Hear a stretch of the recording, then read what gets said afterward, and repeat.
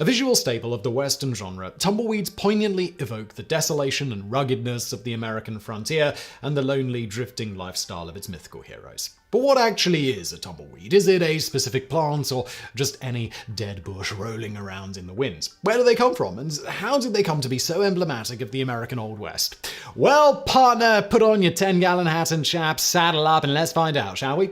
To answer the first question, tumbleweeds are not a single species of plant, but many. Indeed, it is more accurate to think of tumbleweeds as a reproductive strategy rather than a specific type of plant.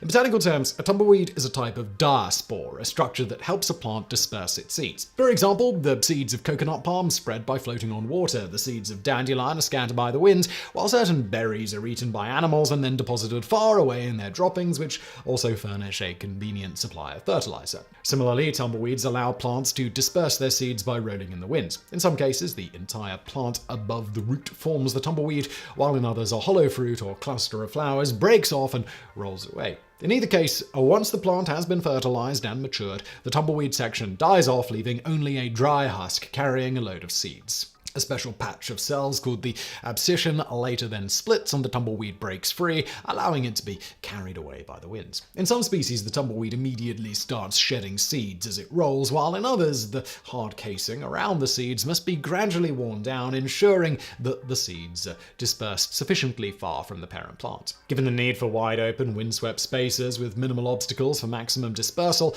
tumbleweeds largely grow in sparsely vegetated, arid or semi-arid environments. Many different plant genera worldwide produce tumbleweeds, including Amaranthus in Central and South America, Amacharis and Brunsvigia in Southern Africa, Anastaticum or Rose of Jericho in North Africa, and the grasses of Spinifex and Panicum, evocatively known as hairy panic in Australia. Even non-seed-bearing plants and fungi can form tumbleweeds. For example, the moss Selaginella and the puffball fungus Bovista disperse their spores in this manner. However, the plant most of us are thinking about when we picture a tumbleweed is Salsola tragus, also known as Russian thistle or wind witch. When first sprouting, Salsola looks fairly innocuous, with reddish-purple striped stems and thin, tender leaves, which are commonly eaten by many animals, including male deer, pronghorn, prairie dogs, and birds. As the plant matures, however, it grows into a woody, globe-shaped shrub covered in sharp thorns, which can grow up to the size of a Volkswagen Beetle. In the winter, the entire plant dies, dries out, and detaches from its root, forming the familiar tumbleweed we all know and love.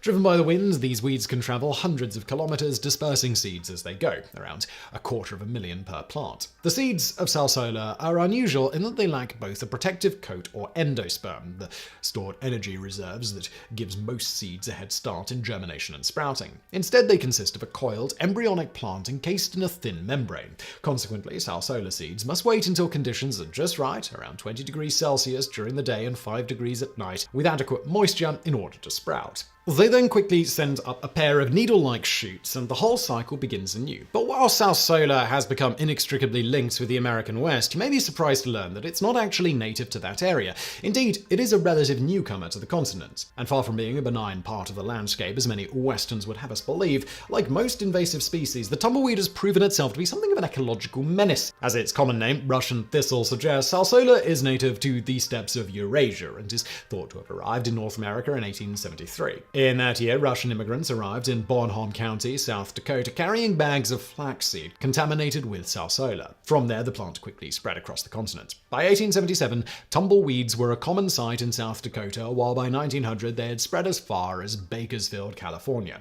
As one government botanist sent to investigate the situation in the 1890s reported, one almost continuous area of about 35,000 square miles has become more or less covered with the Russian thistle in the comparatively brief period of 20 years. The plant's ability to thrive in hot, dry environments and its high tolerance for salt already made it ideally suited to the American West, but it was the agricultural boom of the late 19th century that truly made it spread like wildfire. Ordinarily, Salsola cannot compete with prairie grasses because grass seeds contain endosperm, allowing them to sprout earlier in the season. Thus, by the time conditions are right for Salsola to start sprouting, the surrounding grasses have already taken over. But the large plowed fields and overgrazed pastures of the American frontier, plus the lack of natural predators predators or pathogens, provided an ideal, competition-free environment for salsola to thrive and spread. The plant is now found in every US state except Alaska and Florida, and has spread as far afield as Canada, Argentina, Norway, China, South Africa, Indonesia, and Japan. But how, you may ask, can the humble tumbleweed possibly be a menace? Well, while a single tumbleweed might be fairly harmless, a whole bunch of tumbleweeds is a different story entirely. When trapped against fences and other obstacles, accumulation of tumbleweeds can form thick barbed wire-like masses that can block entire highways and completely bury vehicles and homes. In 1989, the town of Mobridge, South Dakota was overwhelmed by tens of thousands of tumbleweeds which had blown in from the nearby Ahey Dry Lake bed. So deeply was the town buried that mechanical excavators had to be brought in to clear up the prickly mess. A similar disaster befell Victorville, California in April 2018 and Hanford Reservation, Washington in December 2019. In the latter incidents, which locals dubbed Tumblegeddon, tumbleweeds piled up to 6 meters high, completely burying houses and cars and closing Washington State Route 240 for 10 hours straight. As State Trooper Chris Thorson recalled, visibility was bad, which caused cars to slow down. When they stopped, the tumbleweeds were piling so fast they just fully engulfed in minutes. It's kind of strange mixture of weather and circumstances. I don't know how to really explain it. It's just odd. It's so odd because it doesn't happen. Typically, 99% of the time, you can drive through tumbleweeds. And this phenomenon isn't unique to the United States. In 2016, the town of Wangaratta in Victoria, Australia, was smothered under an avalanche of the tumbleweed grass Panicum effusum, also known as hairy panic, with some accumulations burying houses up to roof level. It took locals with leaf blowers weeks to clear the town, while the town council proposed attaching giant vacuum cleaners to street-sweeping trucks to tackle the problem. In addition to clogging roads and houses, such bone-dry tumbleweed accumulations also pose a significant fire hazard, with pile-ups on fences and other obstacles, resulting in hundreds of wildfires across the US every year.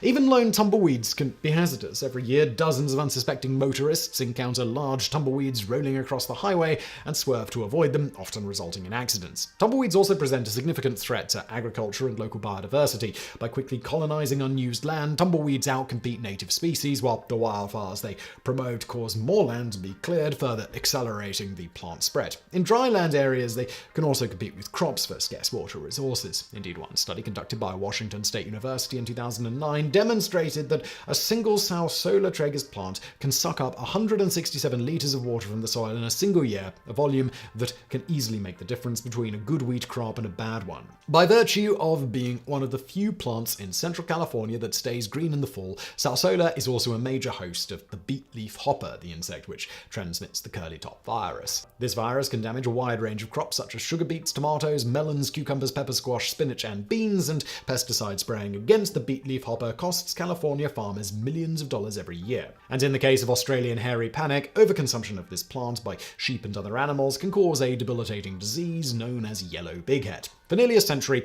common methods for combating tumbleweeds, such as spraying herbicides, uprooting young plants, and removing mature tumbleweed accumulations with pitchforks, have proven crude, labor-intensive, and largely ineffective. In the 1970s, 2 species of moths were introduced into the United States in the hopes that their caterpillars would keep tumbleweeds in check, but this too was ultimately unsuccessful. However, the situation is slowly starting to improve. In 2014, the US Agricultural Research Service announced the discovery of 2 fungal pathogens native to salsola's original Eurasian home, which might prove effective against the plant, while research is ongoing on the use of blister mites and weevils native to Tunisia and Kazakhstan. There are also a variety of strategies farmers can use to curb the spread of tumbleweeds. For example, the government of the Canadian province of Saskatchewan recommends that cool season crops like winter cereals and canola be planted as early as possible to preempt and outcompete salsola seeds, which require warmer conditions to germinate. For farms growing less competitive crops like flax, lentils, and chickpeas, it is recommended that more competitive plants be added to the crop rotation in order to suppress overall salsola seed production. Indeed, studies have demonstrated that while the germination rate of salsola seeds can be as high as 76% within the first year after shedding, due to the fragile nature of the seeds, this drops off dramatically with time, falling to only 31% after 1 year, 0.5% after 2 years, and 0.04% after 3. This means that early and aggressive intervention against tumbleweeds, such as herbicide burn-off prior to crop seeding, can lead to their complete eradication in an area in only a few years. Fences or shelter belts of trees, shrubs, and other plants around agricultural fields can also serve to block the wind and catch tumbleweeds, reducing the spread of their seeds. But while the tumbleweed is widely condemned by farmers as a noxious weed, as Ralph Waldo Emerson once said, "What is a weed but a plant whose virtues have not yet been discovered?" Indeed, despite its reputation as a botanical menace, the tumbleweed is not entirely without its virtues. During the Dust Bowl of the 1930s, salsola was one of the few edible plants that could survive in the depleted, desiccated soil of the American Midwest, providing a much-needed lifeline for cattle ranchers. In 1934 alone, the state of Kansas produced over 350,000 tons of salsola hay, the plant being widely credited with saving the cattle industry in the area. According to Timothy Egan's 2006 book, The Worst Hard Time, young salsola shoots were also widely canned and eaten by people when all other food sources had run out. And while responsible for many kinds of ecological disasters, tumbleweeds may actually help prevent others. One species of Russian thistle, Salsola kali, can absorb large amounts of toxic heavy metals like cadmium and technetium from the soil, meaning it could potentially be used to clean up contaminated sites.